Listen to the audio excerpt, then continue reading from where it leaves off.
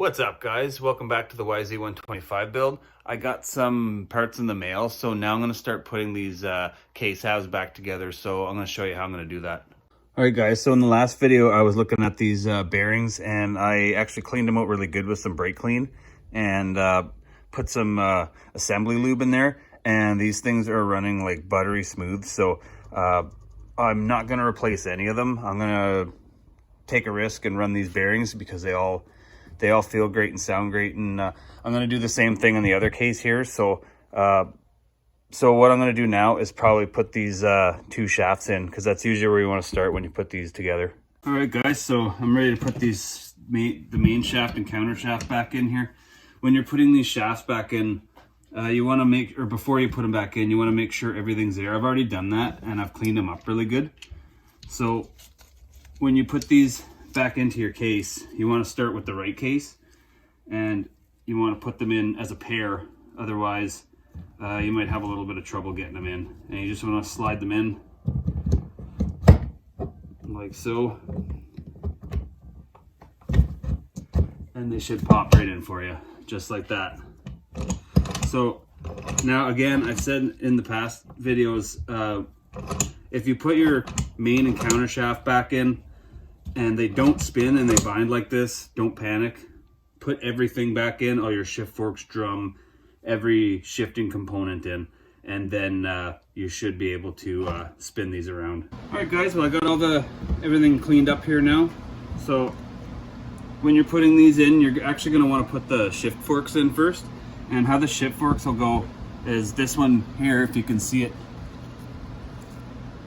It has R. So that one's going to go in first down here.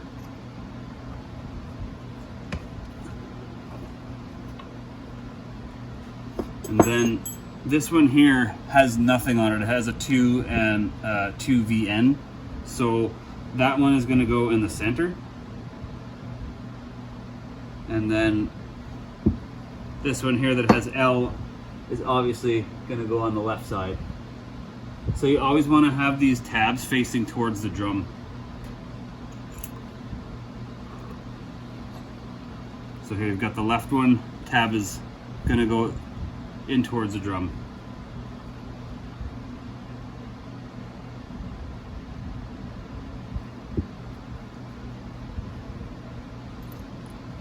So now you just scoop those out of the way, and then you can put your drum in. And if you're confused as where these tabs go, the left one, which is the top, because this is the right hand side of the case, so it goes right, center, left. So the top one, the left one, is going to go in this top track. The center obviously is going to go on the center track, and then obviously the bottom one is going to go in the bottom.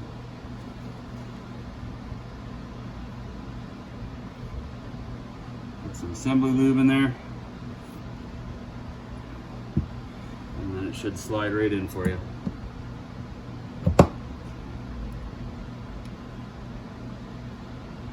So sometimes you got to lift the gears up a little bit to get everything in there. So this right hand one, I am going to have to try and lift it a little bit.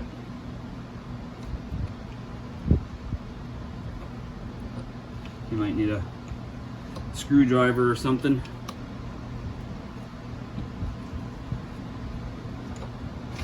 So when you get all your shift forks in and your shift drum, you put all your little tabs into the corresponding grooves. And then when you're done that, you use your, you can take your shafts and put them in, but it's always a good idea to put a little bit of anti-seize. The short one is going to go in, it doesn't matter which way, and it's going to go in where the center fork is here. So you want to make sure that goes in all the way.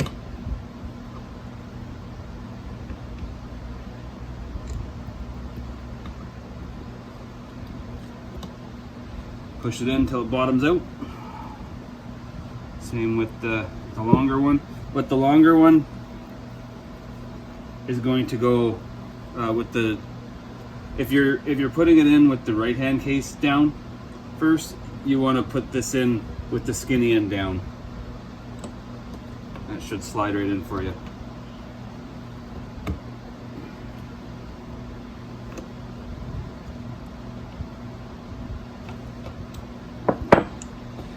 bottom fork fell out. There we go.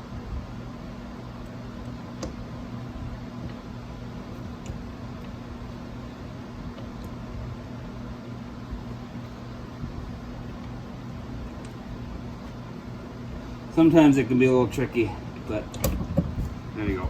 There you go. Should slide right in for you. So now, this is the time where you want to spin it and see if you're getting any kind of a binding or anything like that. But these seem to be spinning really nice. No binding, doesn't stop anything like that. So that is your shift forks and drum and your transmission gears. And if you did put a zip tie on there, now would be the time to take that off. Okay, so the next step is going to be putting the crankshaft back in. So I've checked this crankshaft over and over and over and over again, and there's no play in it. Everything moves very smoothly. So like I said, instead of spending a bunch of money on a new crank, I'm just going to run this one because it seems like this one is in really good condition. So let's put some assembly lube in there.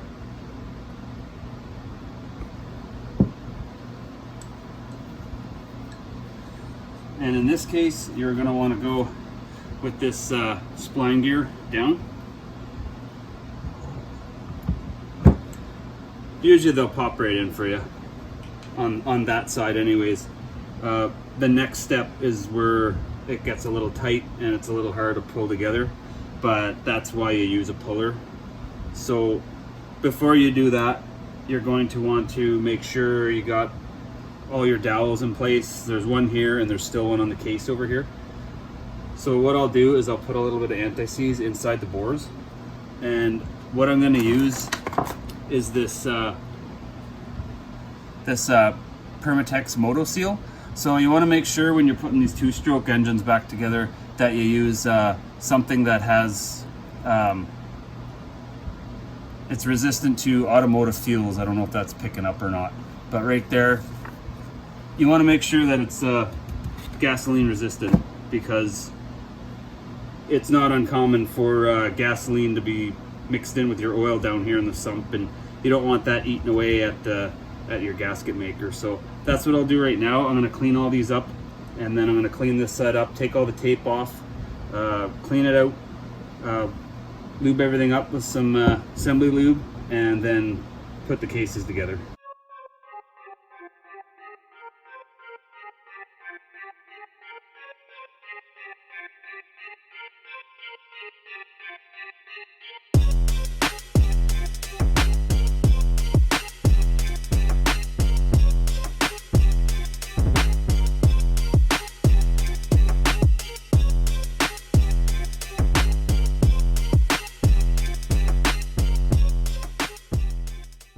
Alright guys, I got to the point now where I can start thinking about putting this seal in and putting the case halves together. But first of all, when you're doing this, you want to make sure that you put never seize on the pins, just so the next time it comes apart, if you watch the video taking it apart, this one here on this side, I think it was on this side, or no, it was on this side here, I kind of had trouble getting it to split apart. So because this dowel was hanging it up because it was rusty or whatever. So you want to always make sure you put never seize in. So that's what I'll do now. I'll put some never seize into these bores, and then I'll put the gasket maker on, and then put the case halves together.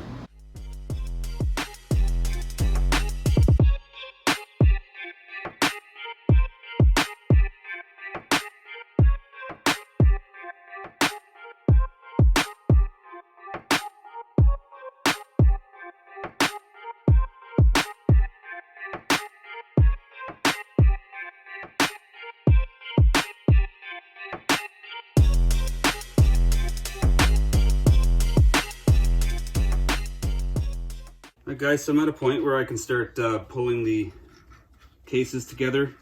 Now you're going to want the case half puller like this. I'm gonna link everything I use down in the description. So I got this fairly cheap off of Amazon. It's not a TUSK one, but it works really, really well. So and how it works is you thread a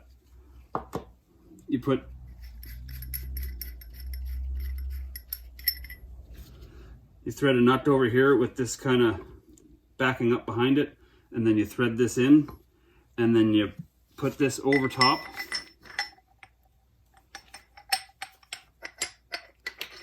and then you thread this nut on, and then this will butt up against the case and it will pull the cases together. So that's all you got to do there.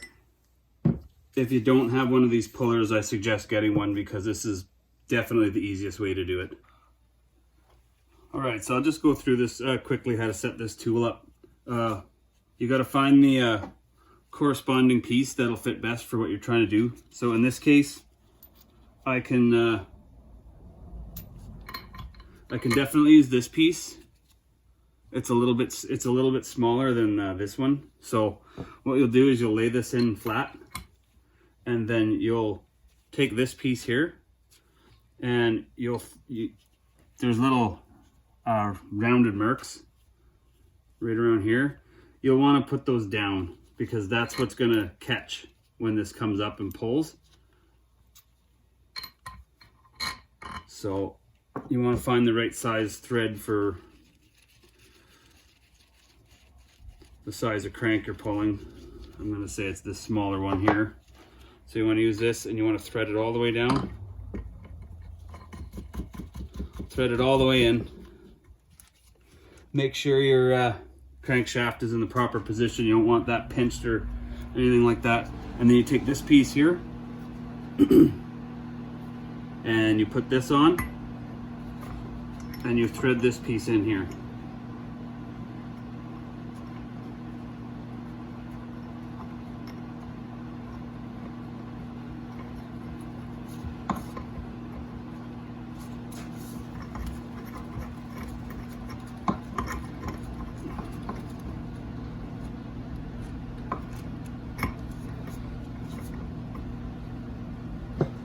And then you put this over top.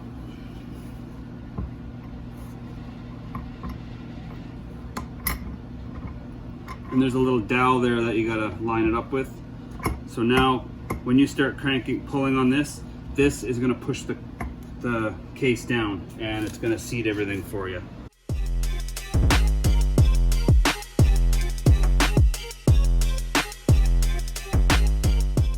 Alright guys, so I got the cases pulled together here now. So sometimes you might need to give it a little bit of help with a hammer. And then when you're done pulling the cases together, you want to put all your bolts in. And what I did is I went out and bought this brand new bolt kit. So now I'm going to go put all these bolts into the engine cases and just tighten them down.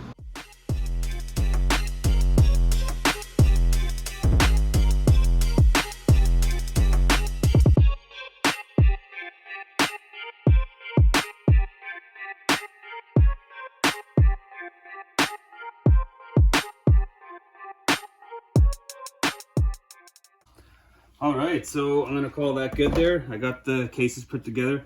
I got this brand new mounting hardware from Bolt, and it looks pretty good on the case. So now I just spin it around, and it feels nice and smooth. It's there's a little tiny bit of resistance, but you got to remember that when you put the new seals in, they're going to cause a little bit of drag at first, but other than that, it feels really, really good. So I'm not worried about those crank bearings at all. So I'm going to go ahead with the next part of the engine build. So it's the next day here, and I've got everything ready to go on the clutch side. I took some time just to get everything organized on my bench here, just to kind of get all the parts that I've ordered and that I need out so that I don't forget anything. It's always important to go back, if you did make a video of the teardown, to go back and just have a look before you start doing this, just to refresh your memory, which is what I did. So I'm just going to go kind of in the reverse order from how I took it apart. Okay, so the first thing I'm going to do is put this little collar back into here. So this collar can go in either way, and since it was already in this way, I'll just flip it around. I'll put it in the other way, so it's going to make a good sealing surface on the brand new seal. And the seal kit I use is this this TUSK kit. I'll link it down in the description of what I use there, like I said before. But you just put a little bit of assembly lube on this collar here and just slide it into the seal there.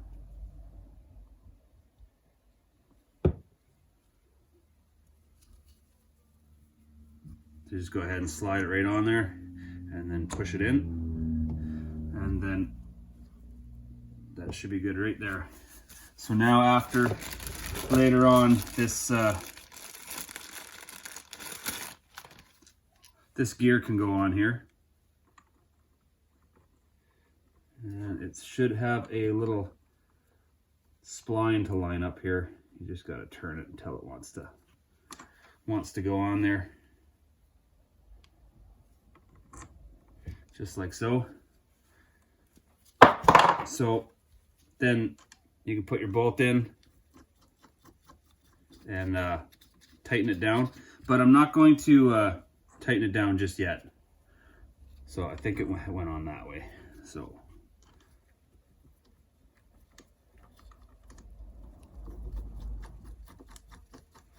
I'll just put it in loosely for now, and this will be one of the last things to torque up, because then you can stick something in the gear set to back it up so you can torque it in. All right guys, next is going to be the shifting components. So I've got them all on the bench here now. What I like to start with is the this little wheel that keeps it's like the detent for the shifting drum. And what I'll do is I'll usually install this first. This needs to go, you'll see how the wheel is fastened on one side. That side that the wheel's on needs to go in towards the case. So you'll take the spring like this, and the hook piece like that will go underneath like this and hook into that little groove. And then you can put that in there, and this part of the spring here will go into that groove there. So you'll just go ahead and just put that in like that. And I find it's easier to put this in first before the rest of the shifting components, just because it's easier just to take a screwdriver and pull this backwards and then put this little shift drum in. And then you'll have your screw here. I like to use a little bit of blue thread locker.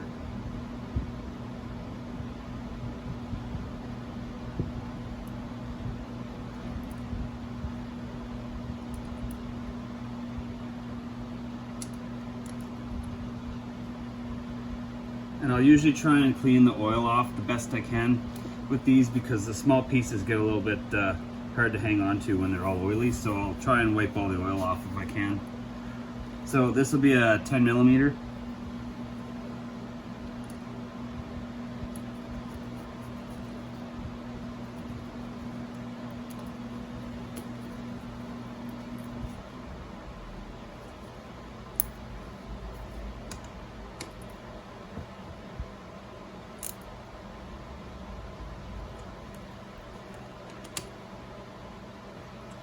Just make sure it's pretty tight there. You don't have to go crazy. It's got a torque spec to it, but I usually just tighten it by feel. I've never had an issue before. So next is going to be this this drum here, and on the back of it there's a little spot for that little dowel there. So that's what you need to get that groove into. So if you can do it with your fingers, you can pull it back and then just put that piece in if your finger's not going to be in the way. Other than that, you can use a screwdriver, it doesn't matter. That drum is moving on me, that's what's going on there. There. Okay. So you'll see a little dot here, and that will mean neutral. So when I'm done tightening this this bolt in here, I'll shift it over, and then these shafts should spin independently of each other, which is what they're doing right now.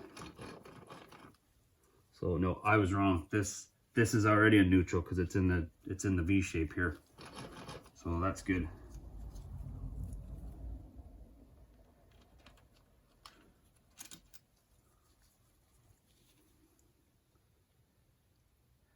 Put a little bit of thread locker on there.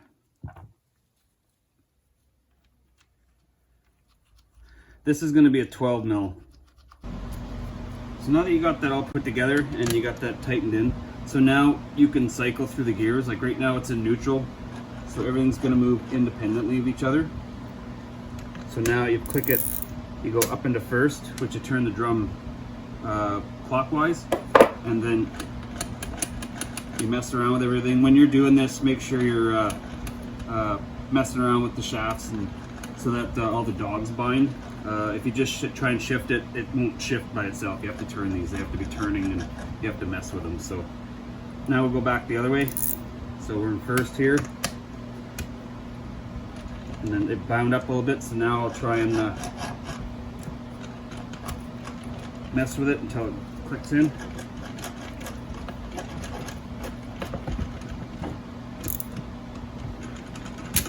So that's second there. And then try and go into third. Almost goes into third, but then you mess with it and it'll click in. And try and go into fourth. Same thing. Fourth.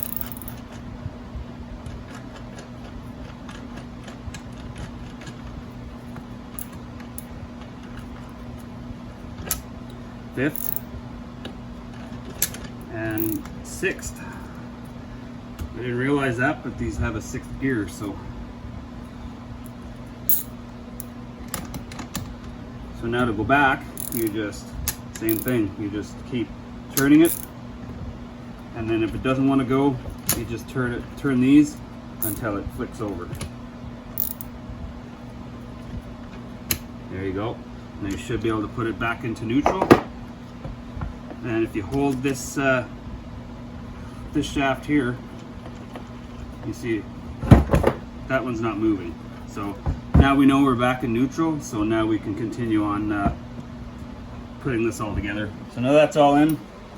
Now you can install the rest of the shifting components. So you'll have this little plate that goes, it'll go on this way, or sorry, this way, because you can see this little wear pattern here is from behind here, right here, moving up and down. So you'll put this in like that, and then you put the shift pawls in after. So you go take your little springs, and then you take your pawls. It doesn't matter which way these go in on these Yamahas. So you take the pawl and you put that in like that, and then the other one. These are pretty hard to install sometimes, so you just gotta be patient with them. Try not to shoot these things all over your garage.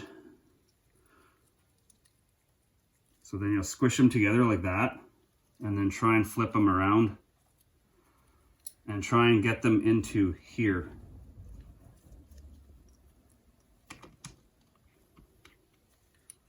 It's a bit of a challenge. You want to make sure you got them all squished in when you're pushing. Sometimes your fingers get right in the way. You can always use a screwdriver or two if you need. All right, I'm gonna try round 2 here. So I've got the pawls kind of resting in the plate there. So now I'll flip it around and be nice and easy putting it in. And hopefully I can get it into the drum there. There you go. So that's the trick right there, is take your pawls and put them into your plate there. And then these bolts here, stuff. Use a little bit of thread locker again.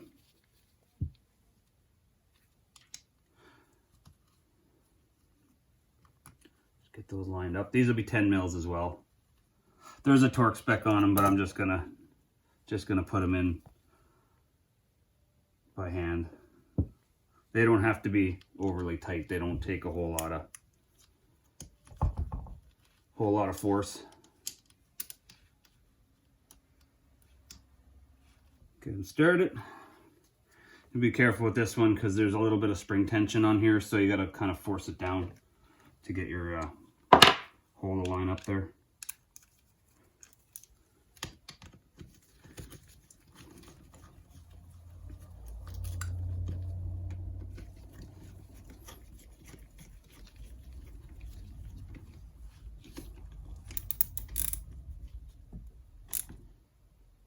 Just snug them in nice. You don't have to torque them in too tight. They won't go anywhere. Not sure what this piece is called, but it goes right here. Don't forget that. So next is going to be the shift shaft, but I'm actually replacing this one because, as you can see, all the splines are in really bad shape. So what I'm going to do is swap this spring and this little plastic collar over to the new shift shaft, and then go ahead and put that in there.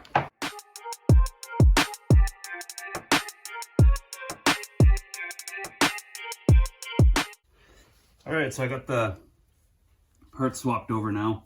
So now what I do with these shift shafts is I just take a little bit of grease and just put some grease on it, because you have to poke it through the other side, and it has to go through the seal. So you don't want to damage your seal. Brand new seal you just put in. So these go through relatively easy. So you just kind of wiggle it through. Now I'm probably hitting the seal now. So you want to make sure that these two springs right here, there's a dowel right here. The dowel goes in between the two pieces of the spring. So you want to push it in like that. It's going through the seal now, so there's a little bit of resistance. And you want to line it up with this guy right here. So now that's fully in there. So now you should be able to continue on with everything else. Start putting the idler gear in, the Kickstarter, all that stuff. I'll go through that, but some of this stuff I'm probably going to just time lapse because it's pretty straightforward. But like the idler gear is really easy, and the clutch is easy, and this is pretty self-explanatory. This gear doesn't go in one way or the other. I just put it in the way it came out. So, but other than that, I'll just go through in bullet points kind of what you're going to do. So next I'll put this Kickstarter mechanism in. So this piece here, you're going to want to hit here, and this piece right here will go inside this little hole. So you just go ahead and put your assembly lube on the back of the shaft there, and then just put it in just like so. Try and line everything up, and then you take your spring and you just twist it around until it can hit here. There's no like on some Hondas you have some timing marks or whatever to line up, but this doesn't have anything like that, so you can just go ahead and put this in.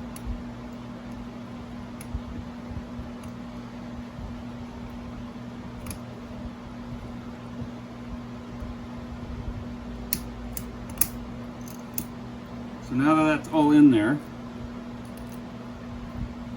you can go ahead and install the idler gear here. So next is going to be this idler gear. So if you watched my last video, one of these snap rings were broken. So it's got a little piece that's broken there, if you can see that. But I ordered a new one. So the way this is going to go is there's a flat part of the gear, and then there's a machined out part of the gear. The machined out part faces out, and this goes in towards the case, this flat part. But first of all, you'll put a snap ring on, and then you'll put the gear on, and then you'll put the washer, and then another snap ring. So that's how this idler gear goes onto there.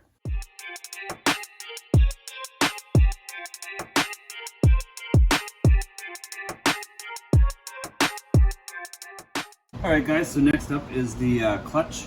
So to put this on, you've got two washers in the set here. So this thicker washer, and it's a little tiny bit bigger than the other one, the other way. So that one there, you're going to want to go first. And then after that, you've got a collar. That'll go after. You put a little bit of assembly lube on everything.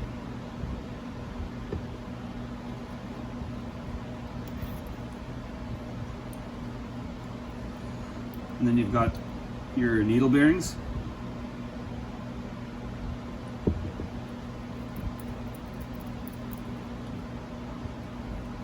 Then you can go out and put, go ahead and put the outer basket on. And when you get into here, what I'll do is, it's not going to go in all the way because you got to move the idler gear a little bit here. Then it should pop in for you. So if it doesn't, mesh it in with what you can see here on this gear, and then if it doesn't go in, just start moving this one and it should pop in for you. And then you're going to put the other washer in.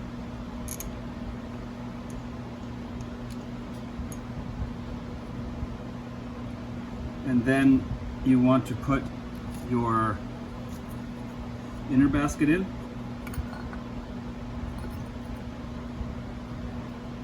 Then the lock nut, or lock washer I should say. And the manual says new, but these come with two sides of the tab, so if you do reuse it, just use the other side of the tab that you haven't bent yet.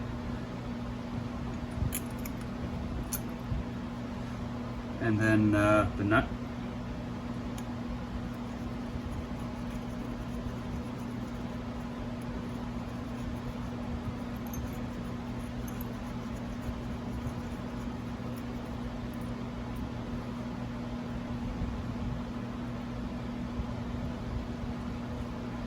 And then you're ready to torque everything on.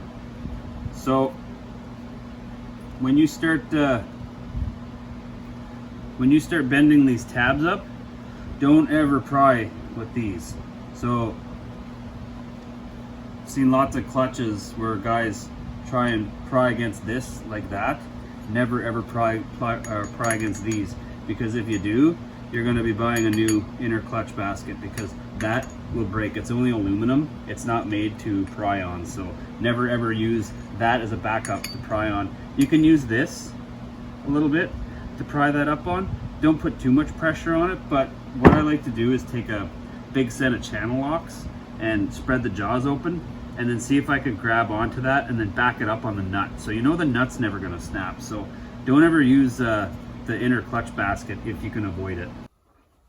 So there's different ways to torque these in on the clutch nut.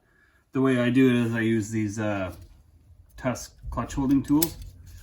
But if you want it to, you can use other methods. I'm not sure what they would be, but this is the easiest way I found, so this is just the way I stick to.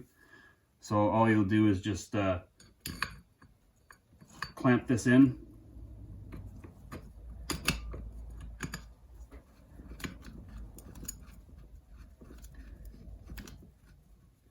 To hold the inner clutch stable. Don't need to be too tight. And then this nut is, I'm sure there's a metric, I'm sure it's a metric nut, but 1 1/16 works. And I got my 3/8 torque wrench here set to 80 foot-pounds. That is the spec for this bolt.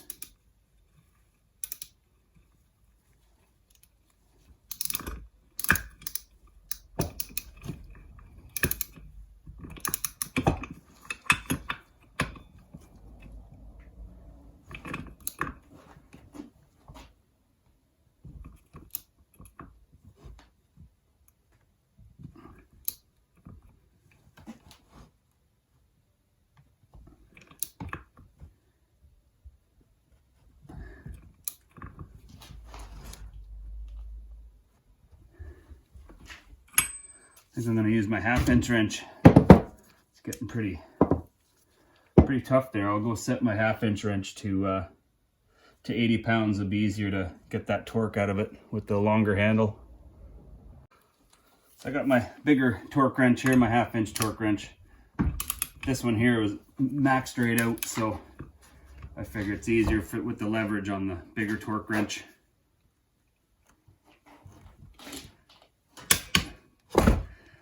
Just like that. So I was afraid with this smaller one of something slipping off and then the engine's hitting the ground and then I'm buying new parts and I don't want that. So that's done there. I find that's the easiest way to torque that nut in. And yeah, this works fine, but it wasn't long enough. It's not enough leverage to get that 80 pounds. So now I'm in a perfect position here to get this tab bent over. So like I said, I'll use a set of channel locks. And I'll put the bottom jaw here and I'll put the top jaw there.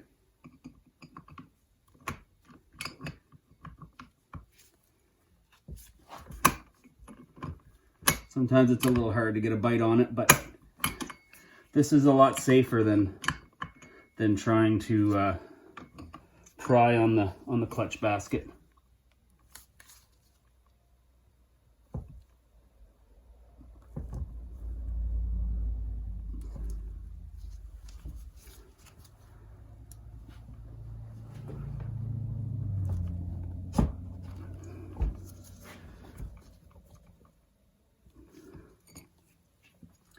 So now I've got it partially bent in there now. So I'll just try it a little more on just the tip of the...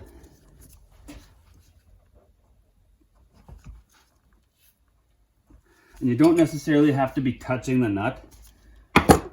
All this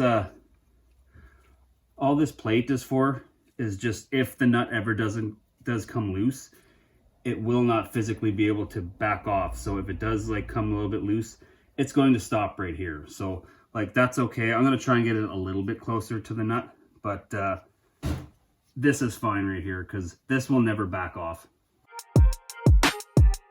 Right guys, so the next part is going to be torquing in this primary drive gear bolt. So I'll use a little bit of thread locker here.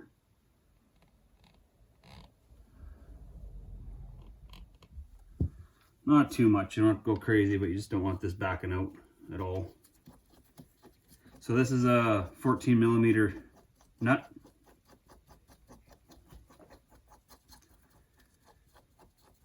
You put it in until it's snug, and there is tools that you can buy for this. You can also use pennies to jam the gears, but you need to jam the gear somehow. So what I've done is a long time ago I bought a clutch lever.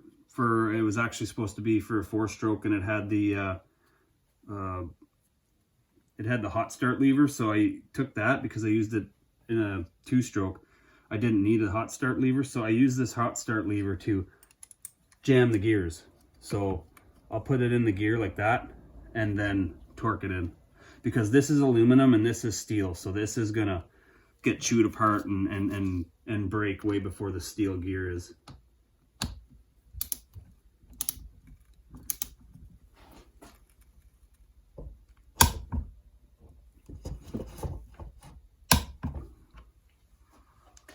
Just like that, and then you just reverse the gearing and out it goes, and that's how you torque that in. But like I said, there is tools available for it. I've seen pennies used on different videos that I've watched, but that's just kind of how I do it. I have a little spare lever. All right guys, so I got all that torqued in now, so now I can go ahead and I can put these friction plates and discs back in here. So it's really easy how this goes. All you need to remember is that so you're alternating between the discs and the plates. So it doesn't matter which way these go in, as long as you're starting with a disc and ending with a disc. So it'll go disc plate, disc plate, disc plate until you're at the end. So that's all you do. And then you put this plate back in with your springs, and when you put the pressure plate on, just remember that this piece here needs to go in like so, because this is what goes into your clutch lever, and this is what pulls the pressure plate in and out.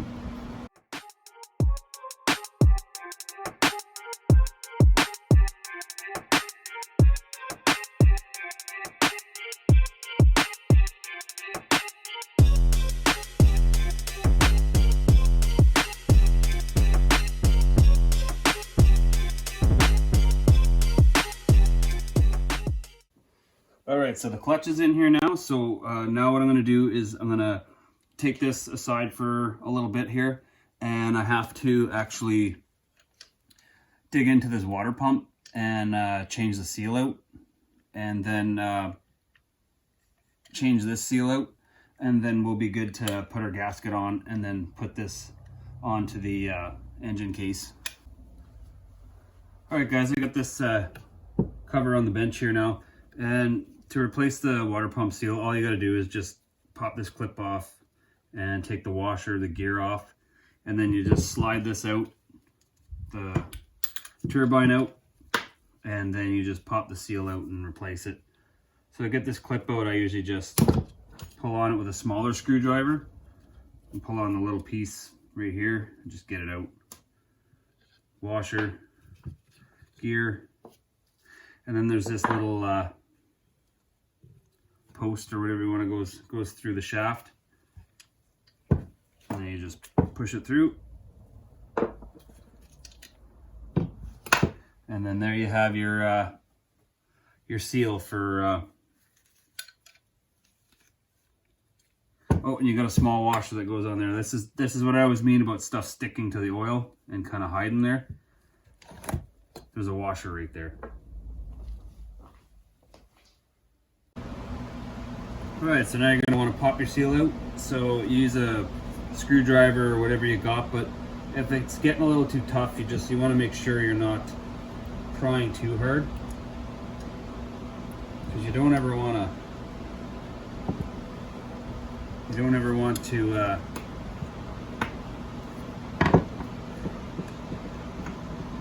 break your case.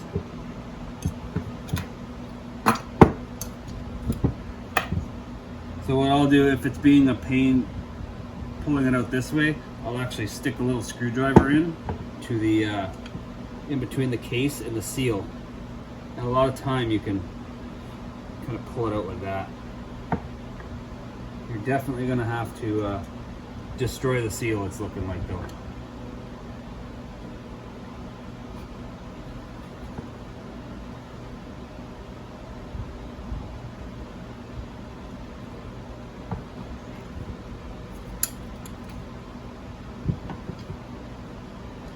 Seal definitely does not want to come out. So I see there's a little hole right here, so what I might do is try see if I can get a little punch in there and see if I can smack it out.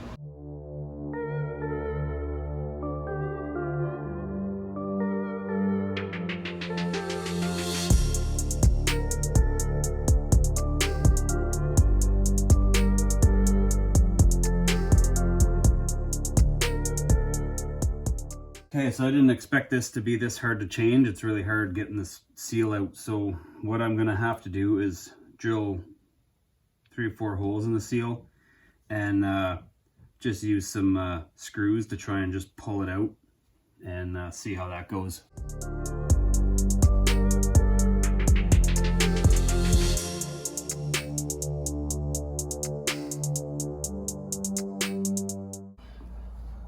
So I got it out there, guys. I used the screw method like I was talking about. You need to be extremely careful when you're drilling into these, because I did make a couple of little, not holes, but I did get it a little bit with the drill. Not to the point where I have anything to worry about, but like when you're going through this seal, you're gonna feel, when you drill through the first part, you're gonna feel it's gonna be steel. And then you're going to go right through the other seal into the aluminum. So when you get through that first section and then you get through that other part of the seal, you got to stop right away and then let the screws do the work after that. So what I did is I drilled through it, and then I put these screws in it, and these screws pulled it out. So that's basically, I think that's kind of how you have to do it. So I'll definitely clean this out a little better. And this seal here on the OEM one says water side, and then that's obviously the oil side.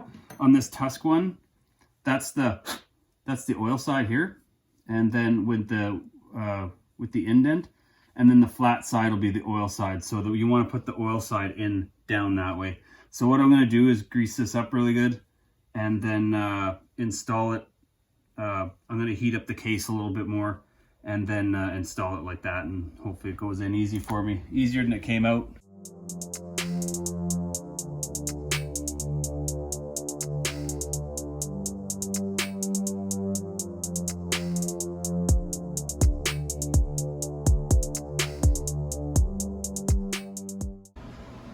Alright, so that was by far the toughest water pump seal I've ever had to take out and put in. Like you saw, I had to take it out with the puller with the screws, and then to put it in, I had to go clamp it in the vise with a 7/8 socket and push it in with the socket and the vise. So I had to put it like, fashion it like this, and then push it in with the vise. So it's in there now. So now I'll just put the pump back together, and then it'll be ready to go back on the case.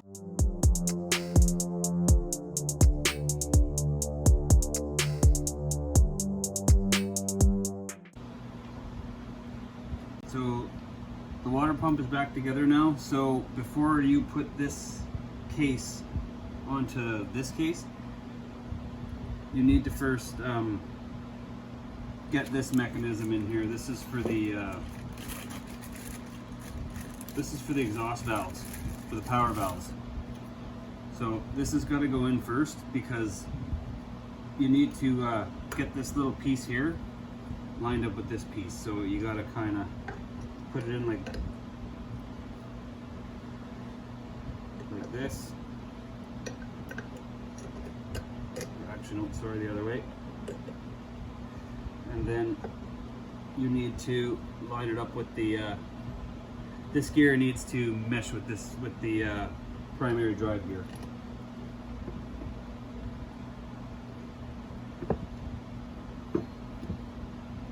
So that went in real easy. So now I'll pull this over, and then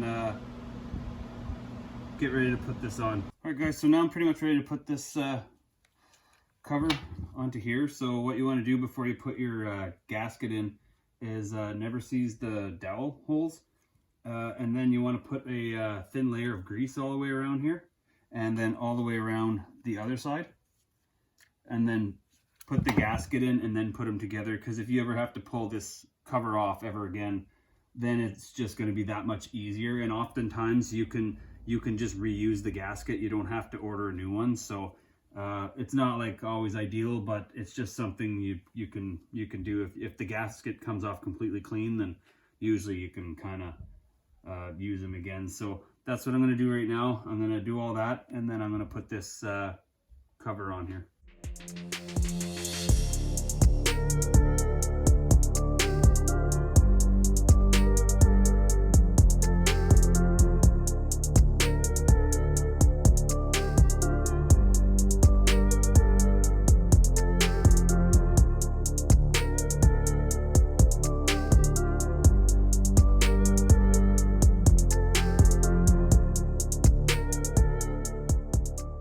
So I got the inner clutch cover on now. So one thing I'll mention about this bolt kit that I bought is really cool, is that it comes with everything individually bagged. So like the inner clutch cover for these, and when I do the water pump are individually bagged and tagged there. So that's pretty cool. So again, this is the kit I bought. It's a bolt kit. So again, I'll put that link down in the description where I got that from. So the next step to this, guys, is putting the clutch cover on. So what you'll do is same kind of process. So I'll put a little bit of grease around here, and then I've went ahead and powder coated this this cover black. So I think that's going to look pretty cool on the engine. That's why I'm debating what I'm going to do with the pump cover here, if I'm going to powder coat it or not, but I'll see later on. I can put that on at any time. So, but when you're putting this on, you need to make sure you line up that little hole with the teeth onto that clutch piece right there with the teeth. So you'll see what I mean when I do it. You might have to spin this a little bit to get it to get onto the case there. So I'm going to go ahead and start doing that right now, and hopefully that goes together for me okay.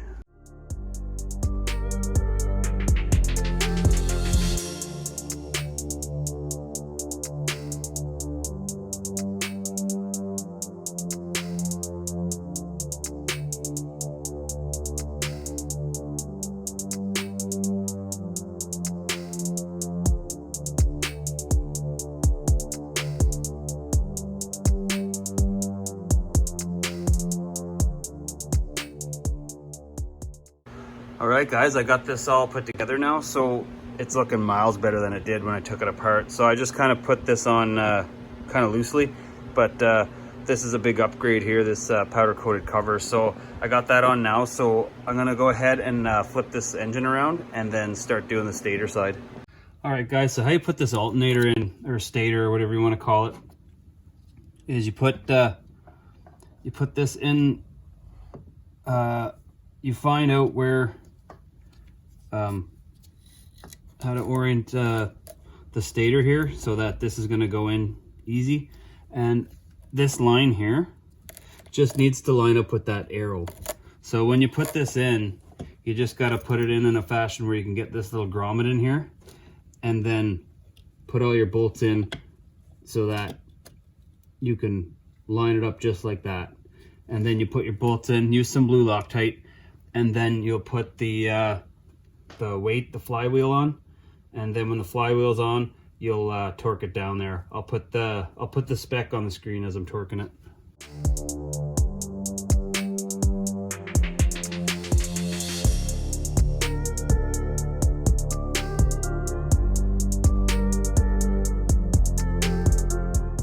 Okay, everything's torqued in on the Magneto here. Now, one thing I did forget to mention before I started is you saw me use the TUSK tool. It has little dowels on the other side of it, so it's handy for clamping these magnetos in when you're torquing them in.